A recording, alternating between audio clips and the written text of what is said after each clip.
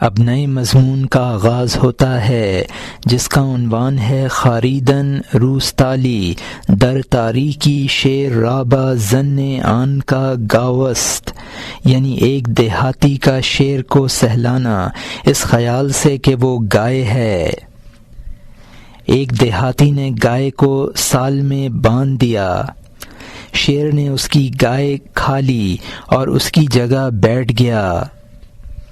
دیہاتی سال میں گائے کے پاس گیا، وہ تلاش کنندہ رات میں گائے کو ڈھونڈتا تھا، شیر کے اعضاء پر ہاتھ پھیرتا تھا، کمر اور کروٹ پر، کبھی اوپر کبھی نیچے۔ یہاں مترجم نے حاشیے میں لکھا ہے کہ روستالی کا مطلب ہے دیہاتی، اور یہاں مترجم کا حاشیہ ختم ہوتا ہے۔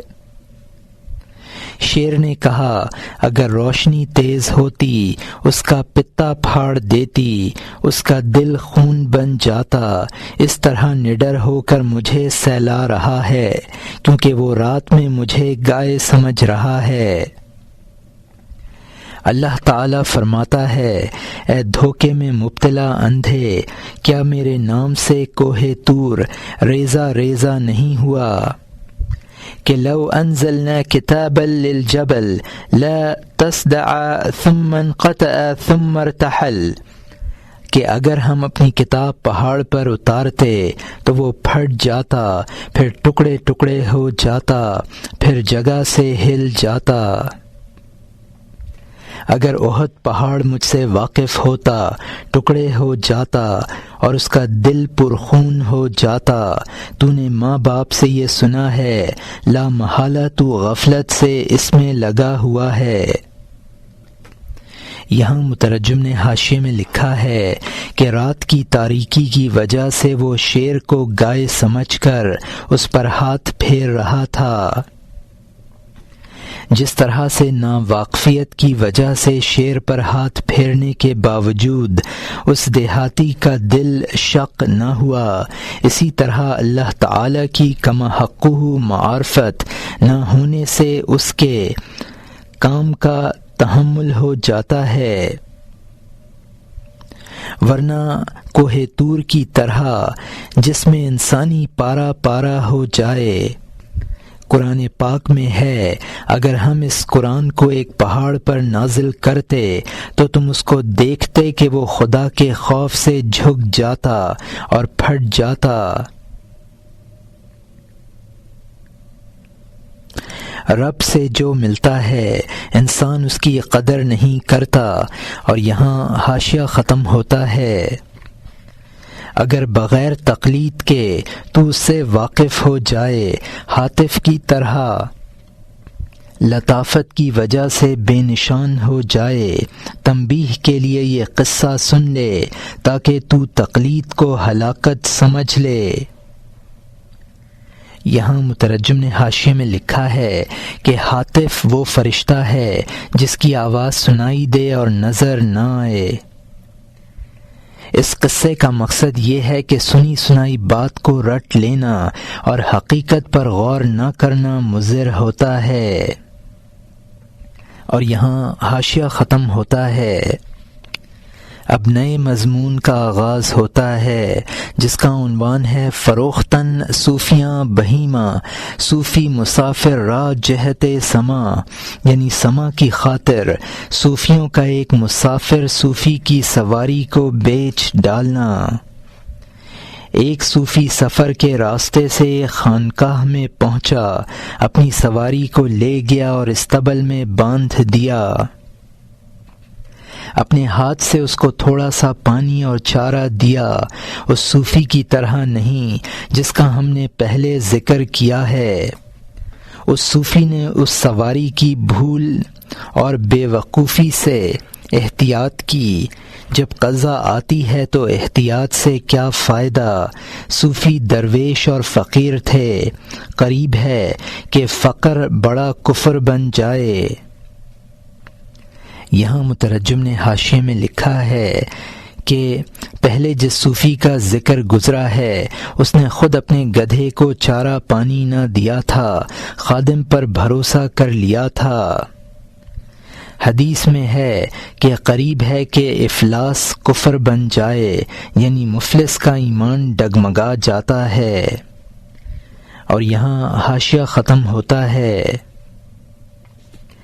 اے دلدار تو گو کے پیٹ بھرا ہے نہ ہنس۔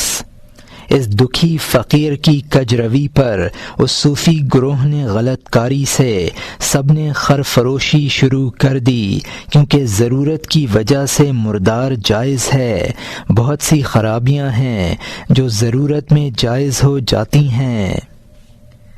یہاں مترجم نے حاشیے میں لکھا ہے کہ صوفیوں کا گروہ مراد ہے یہاں پر، یعنی انہوں نے اس مسافر کے گدھے کے بیچنے کا معاملہ کر ڈالا۔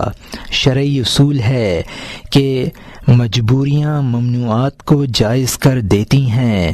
ضرورت کے وقت مردار کھانا جائز ہے۔ اور یہاں حاشیہ ختم ہوتا ہے، فوراً ہی انہوں نے وہ گدھیا بیچ دی، مزیدار کھانا لائے اور شمع روشن کی۔ خانقاہ میں غل مچ گیا کہ آج رات لذیذ کھانا ہے، سما ہے، مستی ہے۔ کب تک یہ صبر اور کب تک یہ 3 دن کا فاقہ، کہاں تک یہ کشکول اور کہاں تک بھیک؟ ہم بھی مخلوق ہیں، ہم بھی جان رکھتے ہیں۔ آج رات دولت ہماری مہمان ہے۔ یہاں مترجم نے حاشیے میں لکھا ہے کہ سما کا مطلب ہے یعنی قوالی سننا، مستی کا مطلب ہے جوش عشق۔ اس میں ہاں نسبت کی ہے، اس کا موصوف مخذوف ہے۔ زنبیل کا مطلب ہے چمڑے کا تھیلا جس میں فقراء اپنے کھانے کی چیزیں رکھتے ہیں۔ اور یہاں حاشیہ ختم ہوتا ہے، باطل کا بیج انہوں نے اس لیے بویا کہ جو جان نہیں ہے اس کو انہوں نے جان سمجھا۔ وہ صوفی مسافر طویل راستے کی وجہ سے تھکا ہوا تھا اور اس نے توجہ اور مہربانی دیکھی۔ ایک ایک صوفی نے اس کو نوازا، اس کی خدمت گزاری کی اچھی چالیں چل رہے تھے۔ ایک اس کے ہاتھ پیر دبا رہا تھا، ایک اس کی نشست گاہ کو دریافت کرتا تھا، ایک اس کے سامنے کی گرد کو جھاڑتا تھا، دوسرا اس کے ہاتھ اور منہ کو چومتا تھا۔ جب اس نے ان کا جھکاؤ اپنی طرف دیکھا تو کہا، اگر آج عیش و طرب نہ کروں گا تو کب کروں گا؟ سب نے کھانا کھایا اور سما شروع ہوا۔ خانقاہ چھت تک دھوئیں اور گرد سے بھر گئی۔ یہاں مترجم نے حاشیے میں لکھا ہے کہ انہوں نے نفس امارہ کو روح سمجھ کر اس کی پرورش شروع کر دی۔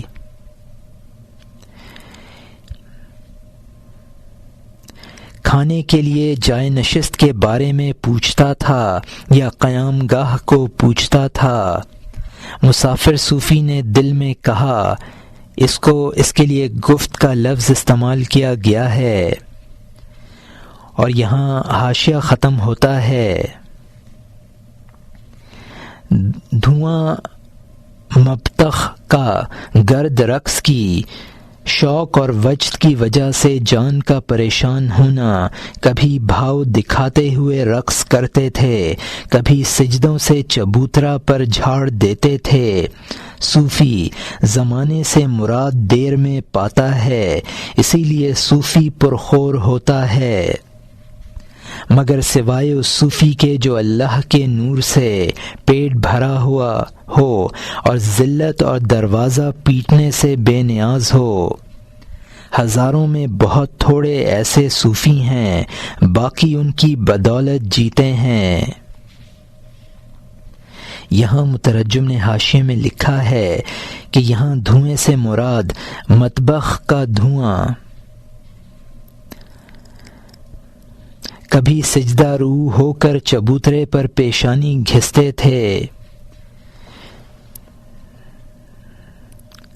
حقیقی صوفی کسی حالت میں بھی بسیار خور نہیں ہوتا ہے۔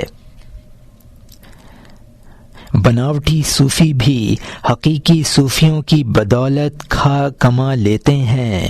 اور یہاں حاشیہ ختم ہوتا ہے۔ جب سما کا سامان اول تا آخر ہو گیا، گویے نے ایک مؤثر گت شروع کی، گدھا چلا گیا گدھا چلا گیا کی دھن کو شروع کیا۔ اس گرمی نے سب کو دھن میں شریک کر دیا۔ اس گرم جوشی میں صبح تک رقص کرتے ہوئے، تالیاں بجاتے ہوئے، اے لڑکے گدھا چلا گیا گاتے رہے۔ بطور تقلید کے مسافر صوفی نے بھی یہی روتے ہوئے گدھا چلا گیا گانا شروع کر دیا۔ جب وہ کھانا پینا اور جوش اور سما ختم ہوا، دن نکل آیا اور سب رخصت ہو گئے، خانقاہ خالی ہو گئی اور مسافر صوفی رہ گیا۔ وہ صوفی مسافر سامان سے گرد جھاڑنے لگا۔ اس نے حجرے سے سامان باہر نکالا تاکہ وہ ساتھیوں کو تلاش کرنے والے صوفی گدھے پر لاد دیں۔ بہت جلدی کر رہا تھا تاکہ ساتھیوں سے جا ملے۔ استبل میں گیا تو اپنا گدھا نہ پایا۔ دل میں کہا کہ خادم اس کو پانی پلانے لے گیا ہے، اس لیے کہ گدھے نے کل رات پانی کم پیا تھا۔ خادم آیا تو صوفی نے کہا گدھا کہاں ہے؟ خادم نے کہا اپنی داڑھی کا خیال کر۔ اس پر دونوں میں جھگڑا شروع ہو گیا۔ صوفی نے کہا میں نے گدھا تیرے سپرد کیا ہے، میں نے تجھے گدھے کا محافظ بنایا ہے۔ مدلل بات کر، حجت بازی نہ کر، جو میں نے تیرے سپرد کیا ہے واپس دے۔ جو میں نے تجھے دیا ہے تجھ سے لینا چاہتا ہوں، جو میں نے تیرے سپرد کیا ہے واپس کر۔ پیغمبر صلی اللہ علیہ وسلم نے فرمایا ہے کہ ہاتھ جو کچھ لے اس کو آخر میں واپس کرنا چاہیے، اور اگر سرکشی سے تو اس پر راضی نہیں ہے، ابھی میں ہوں اور تو ہے اور شریعت کے قاضی کا گھر ہے۔ خادم نے کہا میں مجبور تھا، صوفیوں نے حملہ کر دیا اور مجھے جان کا خوف تھا۔ یہاں مترجم نے حاشیے میں لکھا ہے کہ حدیث میں ہے علل یدی ما اخذت، یعنی ہاتھ جو کچھ لے اس کا ادا کرنا ضروری ہے۔ اور یہاں حاشیہ ختم ہوتا ہے۔ تو کلیجہ کو بلیوں میں پھینکتا ہے اور اس کا نشان ڈھونڈتا ہے۔ 100 بھوکوں میں ایک روٹی، مری بلی 100 کتوں کے سامنے۔ صوفی نے کہا مانتا ہوں تجھ سے وہ ظلمن چھین کر لے گئے، مجھ غریب کے خون کے در پہ ہوئے، تو نہیں آتا اور مجھ سے نہیں کہتا ہے کہ اے مفلس وہ تیرا گدھا لے جا رہے ہیں، تاکہ جس نے گدھا لیا میں اس سے واپس لے لیتا، ورنہ وہ چندہ کر کے میری قیمت دے دیتے۔ جب وہ تھے تو 100 بندوبست ہو سکتے تھے، اب تو ہر ایک ملک کو روانہ ہو گیا، میں کس کو پکڑوں، کس کو قاضی کے پاس لے جاؤں؟ یہ مصیبت تیری وجہ سے میرے سر پر آئی ہے، تو کیوں نہ آیا اور نہیں کہا کہ اے بے وطن ایسا خوفناک ظلم پیش آیا ہے۔ خادم نے کہا خدا کی قسم میں کئی بار آیا تاکہ تجھے ان کارناموں سے واقف کر دوں، تو کہتا تھا اے بیٹا گدھا چلا گیا، سب کہنے والوں سے زیادہ ذوق سے۔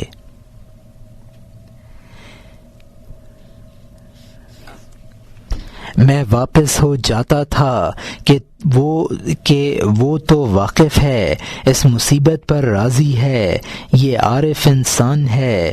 صوفی نے کہا وہ سب اس کو ذوق سے گا رہے تھے، ان کے کہنے سے میرے اندر بھی ذوق پیدا ہو گیا۔ مجھے ان کی تقلید نے برباد کیا، ایسی تقلید پر 200 لعنتیں ہوں۔ خصوصاً ایسے بیہودہ لوگوں کی تقلید جنہوں نے روٹی کی خاطر آبرو لٹا دی۔ اس جماعت کے ذوق کا عکس پڑ رہا تھا، میرا دل عکس سے صاحب ذوق بن رہا تھا۔ اچھے دوستوں کا عکس اس قدر درکار ہے کہ تو بے عکس سمندر سے سیراب ہو۔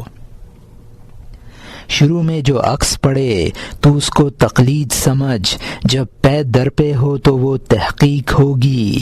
جب تک تحقیق کا درجہ حاصل نہ ہو دوستوں سے نہ کٹ، جب تک قطرہ موتی نہ بنے سیپ سے جدا نہ ہو۔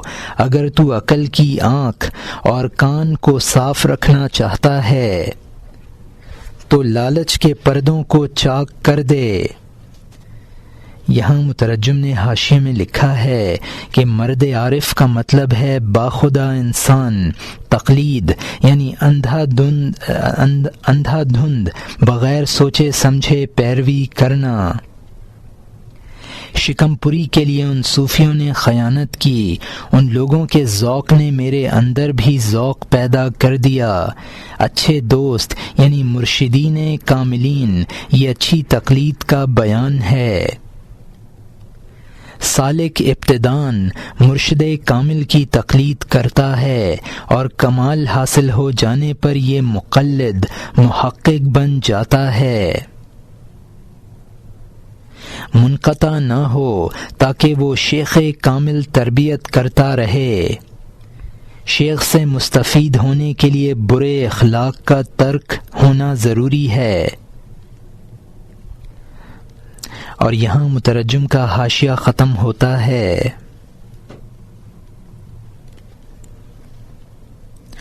اس لیے کہ لالچ کی وجہ سے اس صوفی کی تقلید نے اس کی عقل کو نور اور چمک سے روک دیا، کیونکہ صوفی کو لالچ نے گمراہ کیا، ٹوٹے میں پڑا اور اس کا کام برباد ہو گیا۔ مزیدار کھانے کا لالچ اور سماع کے ذوق کا لالچ اس کی عقل کے لیے باخبر ہونے سے مانع بن گیا۔ لالچ اگر آئینے میں پیدا ہو جائے، نفاق میں وہ آئینہ بھی ہم جیسا ہو جائے۔ اگر ترازو کو مال کا لالچ ہوتا تو ترازو سچی حالت کب بتاتی۔ ترازو نے کہا میں مانتی ہوں لالچ سے تو قارون بن جائے گا۔ انجام کار اسی جنگل یعنی قبرستان میں پہنچے گا۔ ہر نبی اپنی قوم سے اخلاص سے کہتا تھا میں تم سے پیغام بری کی مزدوری نہیں چاہتا ہوں، میں رہنما ہوں اور تمہارا خریدار اللہ تعالی ہے۔ اللہ تعالی نے مجھے دونوں طرف کی دلالی دے دی ہے۔ ہر دلال کی اجرت ہوتی ہے، اجرت دے دینی چاہیے تاکہ وہ ٹھیک بات کہے۔ یہاں مترجم نے حاشیے میں لکھا ہے کہ ترازو بھی کم و بیش صحیح بتا دیتی ہے۔ قارون حضرت موسیٰ علیہ السلام کے زمانے کا مشہور مالدار بخیل ہے۔ ہاموں کا مطلب ہے جنگل یعنی قبرستان، جہاں مالدار و فقیر یکساں ہیں۔ حضرت نوح علیہ السلام، حضرت ہود علیہ السلام وغیرہ سب نے قوم سے یہی کہا تھا کہ میں تم سے کوئی اجرت نہیں مانگتا۔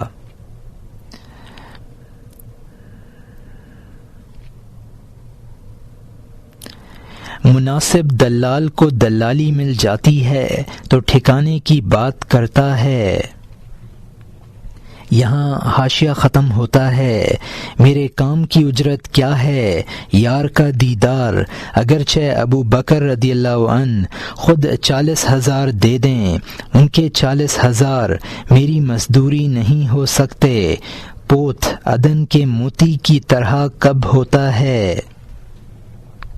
میں تجھے ایک قصہ سناتا ہوں، ہوش سے سن لے تاکہ تو سمجھ جائے کہ یہ لالچ کان کی ڈاٹ ہے، جس میں لالچ ہوتا ہے وہ گونگا ہو جاتا ہے۔ لالچ کے ہوتے ہوئے دل کی آنکھ کب روشن ہوتی ہے؟ اس کی آنکھ کے سامنے رتبے اور مال کا خیال ایسا ہوتا ہے کہ جیسا کہ آنکھ میں بال۔ ہاں، سوائے اس مست کے جو حق سے بھرا ہو، اگرچہ تو اس کو خزانے بخش دے، وہ آزاد ہوتا ہے۔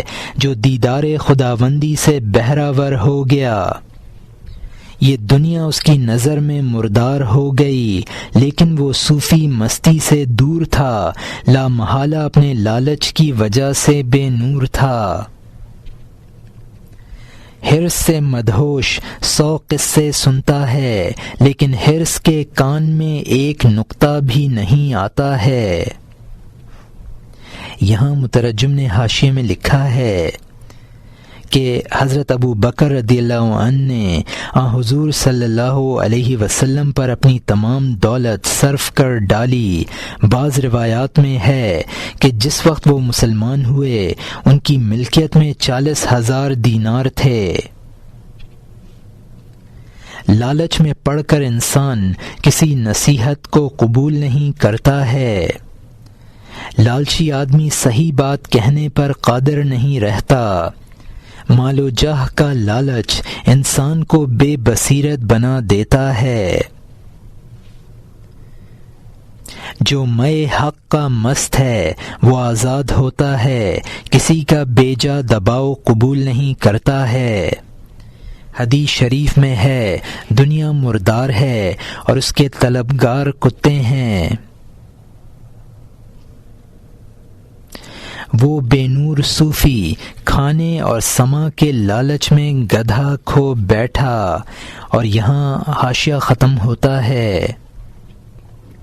اب نئے مضمون کا آغاز ہوتا ہے، جس کا عنوان ہے تعریف کردن منادیان قاضی مفلس را گرد شہر، یعنی قاضی کے اعلانچیوں کی شہر کے چاروں طرف ایک مفلس کی تشہیر کرنا۔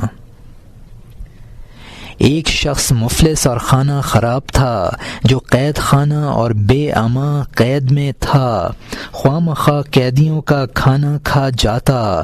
لالچ کی وجہ سے وہ لوگوں کے دلوں پر کوہ قاف کی طرح بھاری تھا۔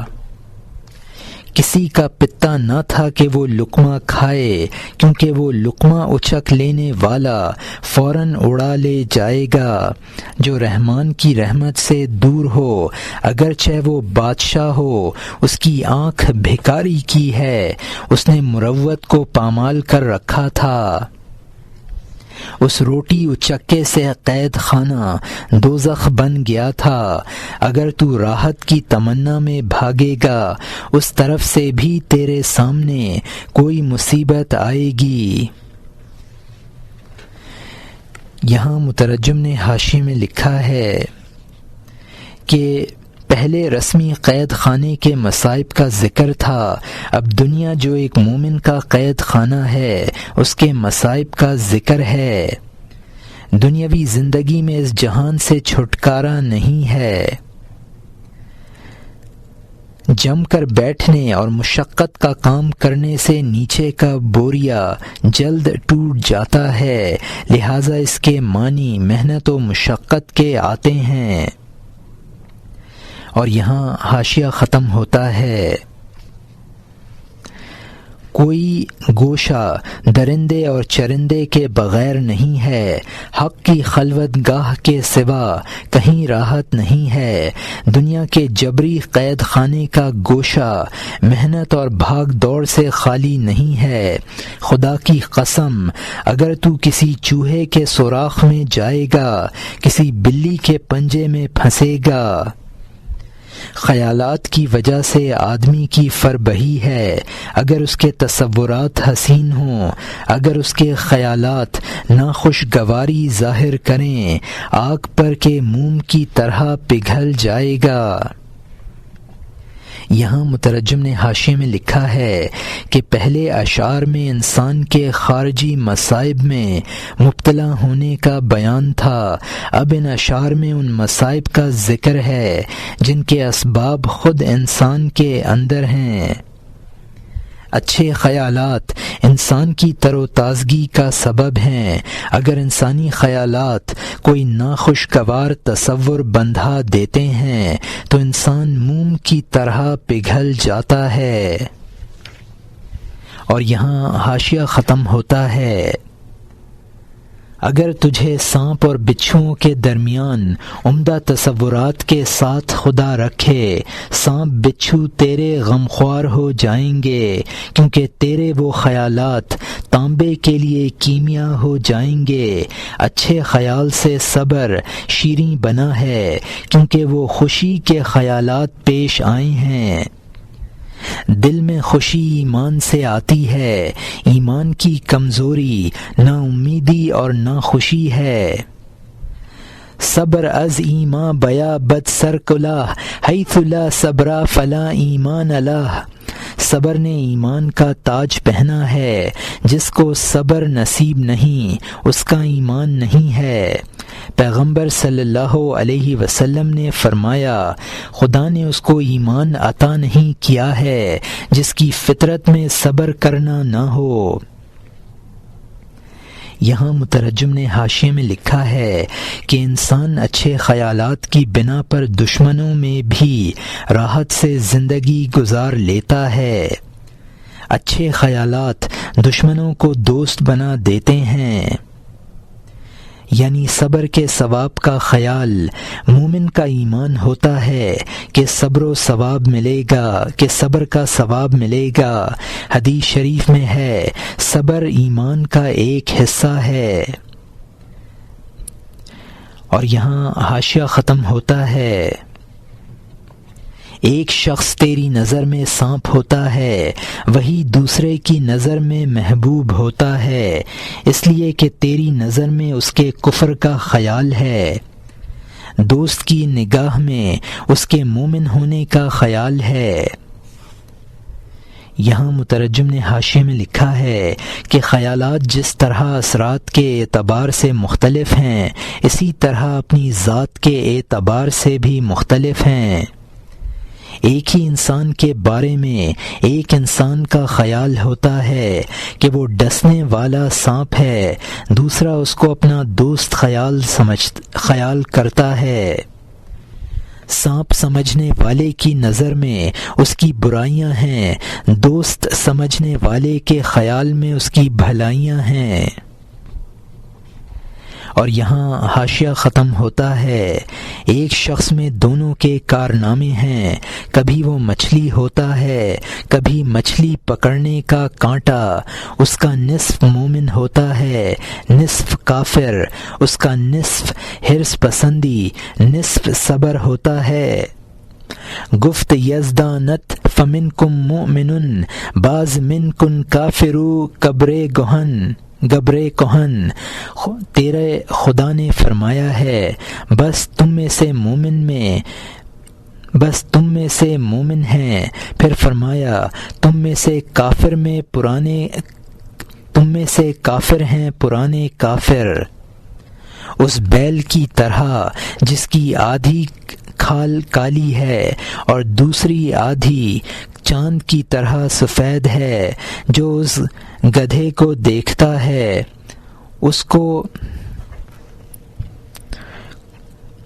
اس کو کل دیتا ہے، جو اس آدھے کو دیکھتا ہے خریداری کی کوشش کرتا ہے۔ اور یہاں مترجم نے حاشیے میں لکھا ہے کہ ہر شخص میں نفس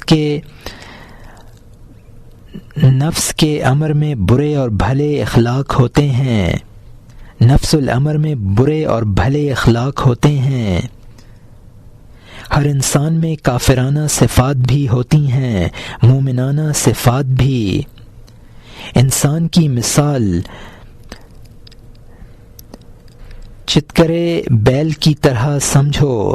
اور یہاں حاشیہ ختم ہوتا ہے۔ یوسف علیہ السلام کے حسن سے بھائی سخت متنفر، لیکن وہ یعقوب علیہ السلام کے نور چشم تھے۔ بھائیوں نے برے خیال کی وجہ سے ان کو بد شکل دیکھا۔ ان کی فروئی آنکھ تھی اور اصل آنکھ ناپید تھی۔ ظاہری آنکھ کو اس آنکھ کا پرتو سمجھ جو وہ دل کی آنکھ دیکھے گی، یہ اسی طرف گھوم جائے گی۔ فرا اصل کا سایہ ہے لیکن کہاں ٹھہرتا ہے؟ سایہ سورج کے سامنے۔ تو مکانی ہے، تیری اصل لا مکان میں ہے۔ یہ دکان بند کر دے، وہ دکان کھول لے۔ چاروں طرف نہ بھاگ، اس لیے کہ تمام جانبوں میں پھنساؤ کی جگہ ہے اور پھنساؤ والے کے لیے ہار ہی ہار ہے۔ اس بات کا خاتمہ نہیں ہے، قیدی اس دیوس گدھے سے پریشان ہیں۔ اور یہاں مترجم نے حاشیے میں لکھا ہے کہ اپنے باپ یوسف علیہ السلام اپنے باپ حضرت یعقوب علیہ السلام کے نور نظر تھے اور ان کو ان کے بھائی برا سمجھتے تھے۔ چونکہ ان کے بھائیوں کے خیالات برے تھے، ان کو یوسف علیہ السلام برے نظر آئے۔ جسمانی آنکھ دل کی آنکھ کے تابع ہے، یعنی دل کی آنکھ کے مطابق دیکھتی ہے۔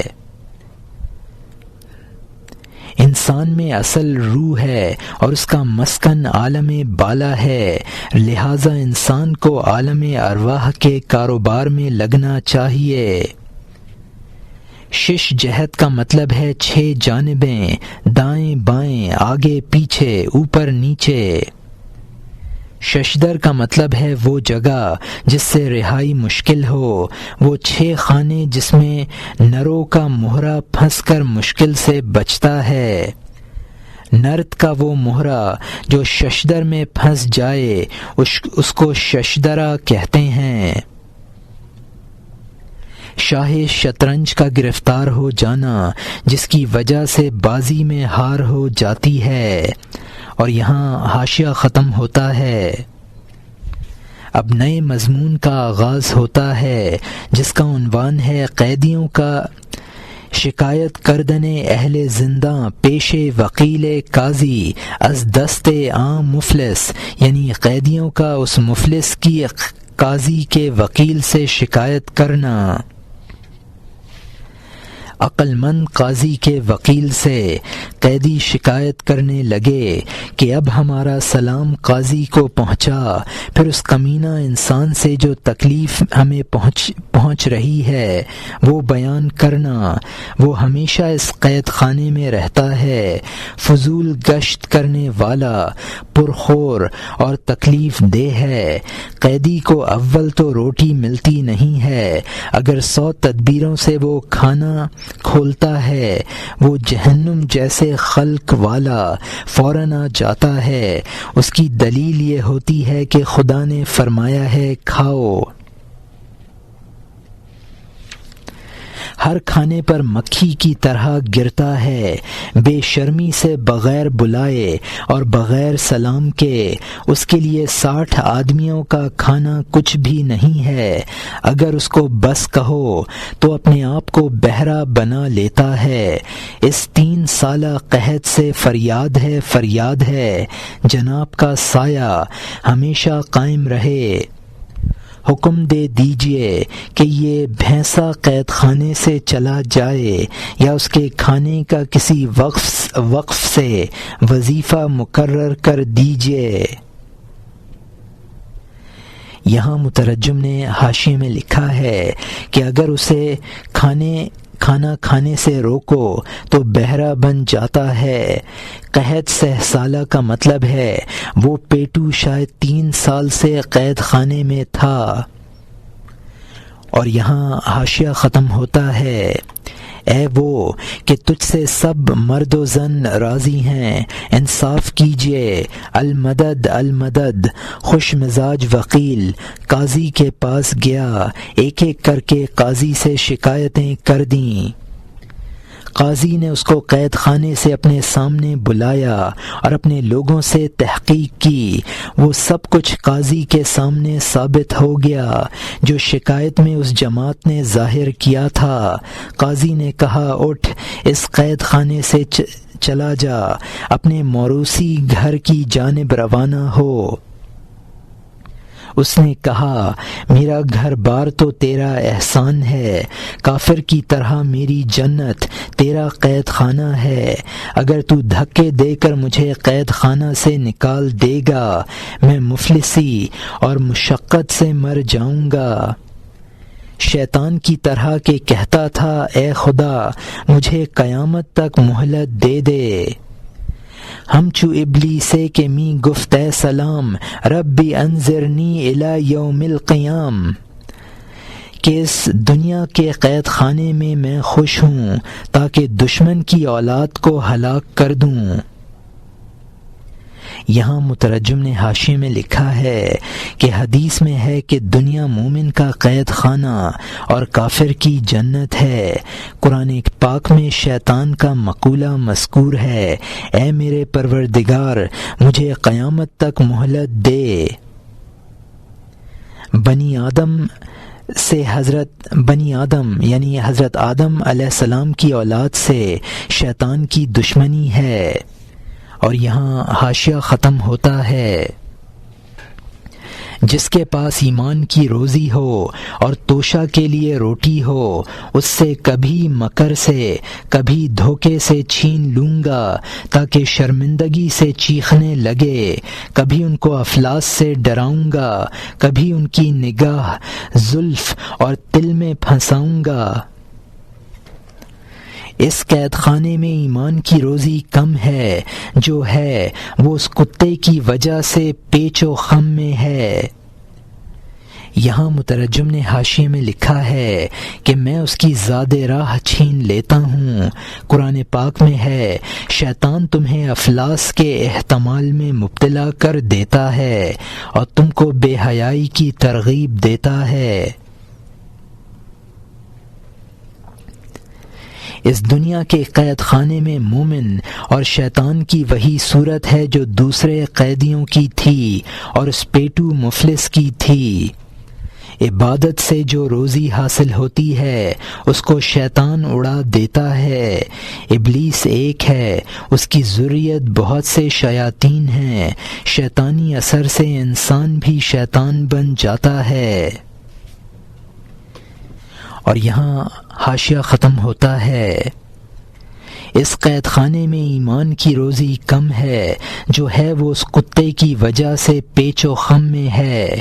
نماز اور روزہ اور 100 قسم کے عج سے ذوق میسر آتا ہے جس کو وہ ایک دم لے بھاگتا ہے۔ استعیذ اللہ من شیطانہ قد ہلکنا آہ من طغیانہ، میں اللہ سے اس کے شیطان سے پناہ مانگتا ہوں، پناہ چاہتا ہوں، ہم اس کی سرکشی سے ہلاک ہو گئے ہیں۔ ایک کتا ہے اور ہزاروں میں گھس جاتا ہے، جس میں وہ گھستا ہے وہ وہی بن جاتا ہے۔ جو تجھے اللہ کی عبادت میں سست بنائے سمجھ لے وہ اس میں گھسا ہے، کھال کے اندر شیطان چھپا ہے۔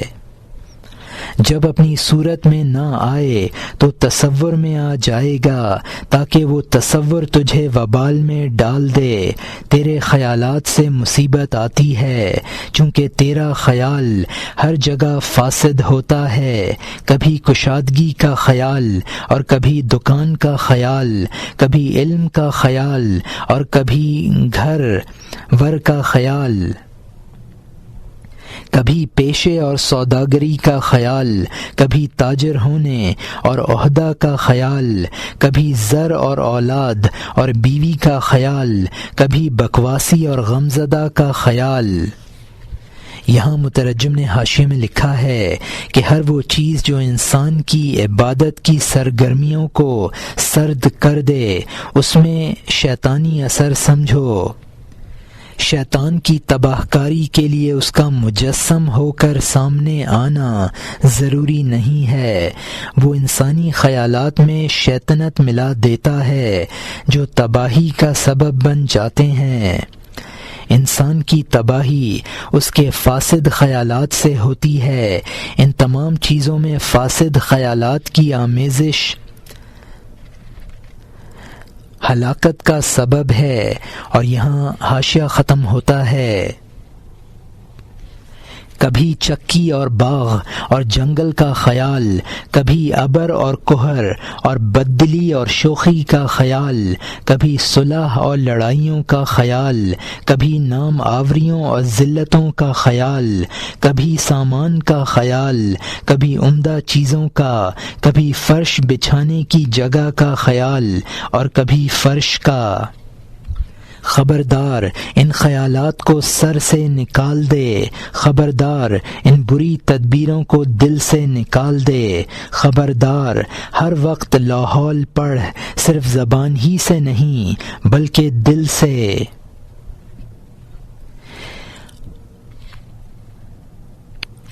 اب نئے مضمون کا آغاز ہوتا ہے جس کا عنوان ہے تتمہ قصہ عام مفلس، یعنی اس مفلس کے قصے کا بقیہ۔ قاضی نے کہا مفلسی کو ثابت کر۔ اس نے کہا یہ قیدی آپ کے سامنے گواہ ہیں۔ قاضی نے کہا وہ متہم ہوں گے کیونکہ وہ تجھ سے گریزاں ہیں، تیری وجہ سے خون کے آنسو بہا رہے ہیں، وہ چاہتے ہیں کہ تجھ سے چھٹکارا حاصل کر لیں، اس وجہ سے غلط گواہی دیں گے۔ محکمہ کے سب لوگوں نے کہا کہ ہم بھی اس کی نحوست اور مفلسی کے گواہ ہیں۔ قاضی نے جس سے بھی اس کا حال پوچھا اس نے کہا جناب اس سے دستبردار ہو جائیں۔ قاضی نے کہا اس کو علل اعلان گھماؤ شہر کے چاروں طرف کہ یہ مفلس اور کنگال ہے، کوچہ بکوچہ اس کے بارے میں اعلانات کر دو، علل اعلان اس کے افلاس کا ہر جگہ ڈھول پیٹ دو۔ یہاں مترجم نے حاشیے میں لکھا ہے کہ ان فاسد خیالات کے دفیہ کی یہی صورت ہے کہ انسان دل و جان سے لاحول پڑتا رہے۔ اگر مفلس کا افلاس ثابت ہو جاتا ہے تو اس کو قید نہیں رکھا جا سکتا ہے۔ اگر گواہی میں گواہ کی غرض ثابت ہو جاتی ہے تو اس کی گواہی معتبر نہیں رہتی ہے، صاحب غرض کی گواہی معتبر نہیں ہوتی۔ یہاں مترجم کا حاشیہ ختم ہوتا ہے تاکہ کوئی اس کے ہاتھ ادھار نہ بیچے، کوئی اس کو آدھا حبہ بھی قرض نہ دے۔ جو کوئی اس پر اس جگہ چالاکی سے دعویٰ کرے گا اس کو میں قید میں نہ ڈالوں گا، میرے روبرو اس کا افلاس ثابت ہو گیا ہے، نقد اور جنس کچھ اس کے پاس نہیں ہے۔ یہاں مترجم نے حاشیے میں لکھا ہے کہ نادہند کی سزا قید ہے، لیکن جب کہ اس کا افلاس ثابت ہو جائے تو پھر قید نہیں کیا جا سکتا۔ اور یہاں حاشیہ ختم ہوتا ہے۔ انسان دنیا کے قید خانے میں اس وجہ سے ہوتا ہے تاکہ اس کا افلاس ثابت ہو جائے۔ ہمارے خدا نے شیطان کی مفلسی کا بھی ہمارے قرآن میں اعلان کر دیا ہے کہ وہ مجسم دغا اور مفلس اور بد کلام ہے، تو کبھی اس کے ساتھ شرکت اور معاملہ نہ کر، اگر تو کرے گا تو تو اس کے لیے بہانہ مہیا کرے گا، وہ مفلس ہے، اس سے ڈگری وصول نہ کر سکے گا۔ یہاں مترجم نے حاشیے میں لکھا ہے کہ انسان کو دنیا کی قید میں قدرت نے اسی لیے مقید کیا ہے تاکہ عمل صالح سے اس کا افلاس یا مالداری ثابت ہو سکے۔ اللہ تعالیٰ نے شیطان کی مفلسی کا اسی لیے اعلان کیا ہے تاکہ کوئی اس سے کسی قسم کا معاملہ نہ کرے، جیسا کہ قاضی نے اس مفلس کے بارے میں کرایا تھا۔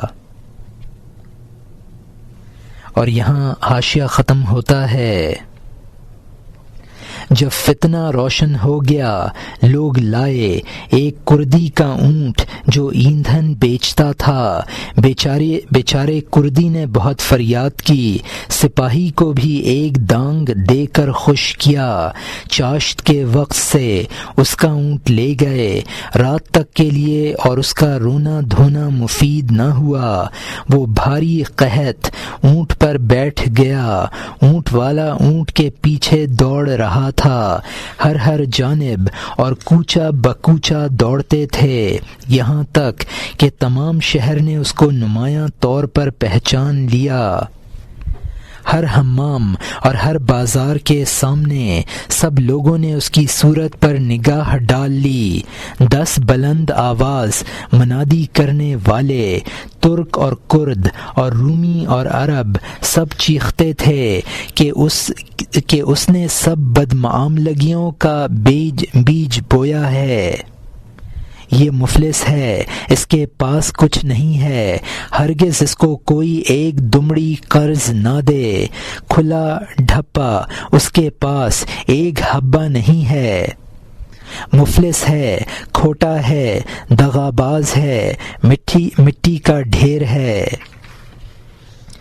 یہاں مترجم نے حاشیے میں لکھا ہے چونکہ اس مفلس کا اعلان و تشہیر کرتی تھی اور مفلس کو سارے شہر میں گھمانا تھا، سپاہی کو ایک دانگ دے کر خوش کرنا چاہا تاکہ اس کا اونٹ چھوڑ دے، وہ مفلس قیدی چونکہ وہ سب کو بھوکا مارتا تھا، اس کو شناخت کرنے کے لیے سب نے اس کو دیکھا، 10 آدمی مختلف زبانوں میں منادی کر رہے تھے۔ اور یہاں حاشیہ ختم ہوتا ہے۔ مفلس ہے، نادہند ہے، بے وفا ہے، روٹی کا اچکا ہے، پکا بھکاری ہے، بے شرم ہے، خبردار اس کے ساتھ معاملہ نہ کرنا، چونکہ کینچی رکھتا ہے اس لیے مضبوط گرہ لگا لو، اس موئے کو اگر تم عدالت میں لاؤ گے میں مردے کو قید نہ کروں گا، بت بنا باتونی ہے اور اس کا خلق بہت پھیلا ہوا ہے، اوپر کا لباس نیا ہے، اندرونی تار ہے، اگر مکاری کے لیے وہ کوئی کپڑا پہنے وہ مانگا ہوا ہے تاکہ عوام کو فریب دے، نادان کی زبان پر دانائی کی بات، اے عزیز مانگی ہوئی پوشاک سمجھ، اگرچہ ایک چور نے پوشاک پہن لی ہے، مصافحہ میں وہ تیرا ہاتھ کیسے پکڑے کہ اس کا ہاتھ کٹا ہوا ہے۔ رات کو جب وہ مفلس اونٹ سے نیچے اترا، کردی نے اس سے کہا میرا مکان دور ہے اور دیر ہو گئی ہے، تو صبح سے میرے اونٹ پر بیٹھا ہے، جو میں نے چھوڑے کم از کم گھاس کا خرچہ دے۔ یہاں مترجم نے حاشیے میں لکھا ہے کہ اندرونی لباس یعنی بظاہر بھلا معلوم ہوتا ہے لیکن بباطن برا شخص ہے، مانگ کر اچھا لباس پہن کر لوگوں کو دھوکہ دیتا ہے، بے وقوف شخص دانائی کی بات کہتا ہے تو وہ بھی کسی اور کی کہی ہوئی ہوتی ہے، چور کا عموماً ہاتھ کٹا ہوا ہوتا ہے، اگر وہ چھپانے کے لیے دراز آستین قمیص بھی پہن لے تو مصافحہ کے وقت راز کھل جاتا ہے، یہی بے وقوف کا حال ہے۔ اور یہاں حاشیہ ختم ہوتا ہے۔ مفلس نے کہا ہم نے اب تک کیا کیا ہے، تیرے ہوش کہاں ہیں بے وقوف، اے لالچی میرے افلاس کی بات آسمان نے سن لی، پھوٹے کان سے تو نے نہ سنی، میرے افلاس کا ڈھنڈورا 7ویں آسمان تک پہنچ گیا اور تو نے یہ واقعہ نہ سنا۔ تیرا کان بیہودہ لالچ سے پر ہے۔ اے لڑکے، لالچ کان کو بہرا بنا دیتا ہے۔ یہ بیان اینٹ اور پتھر تک نے سن لیا کہ یہ دیوس مفلس ہے۔ وہ منادی کرنے والے رات تک کہتے رہے اور اونٹ والے پر اثر نہ کیا، کیونکہ وہ لالچ سے بھرپور تھا۔ کان اور آنکھ پر خدا کی مہر ہے۔ بہت سی صورتیں اور بہت سی آوازیں پردوں میں ہیں۔ جس کو وہ چاہتا ہے آنکھ تک پہنچا دیتا ہے، یعنی حسن اور کمال اور کرشمہ کو۔ جس کو وہ چاہتا ہے کان تک پہنچا دیتا ہے، یعنی قوالی اور خوشخبری اور شور کو۔ اگرچہ تو اب ان سے غافل ہے، ضرورت کے وقت اللہ تعالیٰ ان کو ظاہر کر دے گا۔ پیغمبر صلی اللہ علیہ وسلم نے فرمایا کہ اللہ تعالیٰ نے ہر درد کا علاج پیدا فرمایا ہے۔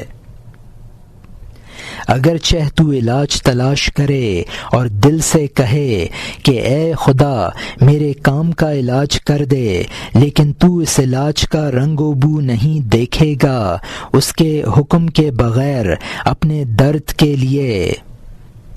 یہاں مترجم نے حاشیے میں لکھا ہے کہ تمام تاثیرات اللہ تعالیٰ کی اجازت پر موقوف ہیں۔ آنکھ وغیرہ اپنا کام جب کرتے ہیں جب خدا چاہتا ہے۔ قیامت کے روز سب باتیں عیاں ہو جائیں گی۔ حدیث شریف میں ہے خدا نے جو بیماری پیدا کی ہے اس کی دوا بھی پیدا کی ہے، لہذا حق و باطل میں امتیاز نہ کر سکنے کے مرض کی بھی دوا ضرور ہے۔ اس مرض کی دوا بھی بتائید خداوندی حاصل ہو سکے گی۔ اور یہاں حاشیہ ختم ہوتا ہے۔ اے علاج کی جستجو کرنے والے، آنکھ کو لامکان میں لگائے رکھ، جس طرح مقتول کی آنکھ جان کی طرف لگی رہتی ہے۔ دنیا علاج سے پر ہے اور تیرا کوئی علاج نہیں ہے جب تک خدا تیرے لیے راز نہ کھول دے۔ یہ جہان بے جہت یعنی خدا سے پیدا ہوا ہے، لامکاں یعنی خدا کی قدرت سے دنیا کو عالم وجود میں جگہ ملی ہے۔ ہستی سے نیستی کی طرف لوٹ، اگر تو دل و جان سے مولا کا طالب ہے۔ یہ نیستی آمدنی کی جگہ ہے، اس سے گریز نہ کر۔ یہ گھٹنے بڑھنے والا وجود خرچ کی جگہ ہے۔ اللہ تعالیٰ کی کاریگری کا محل نیستی ہے۔ عالم ہستی میں بیکار کے علاوہ کچھ نہیں ہے۔ اور یہاں مترجم نے حاشیے میں لکھا ہے کہ مقتول کی آنکھیں عموماً پھیلی رہ جاتی ہیں تو گویا وہ اپنی جان کو دیکھ رہا ہے۔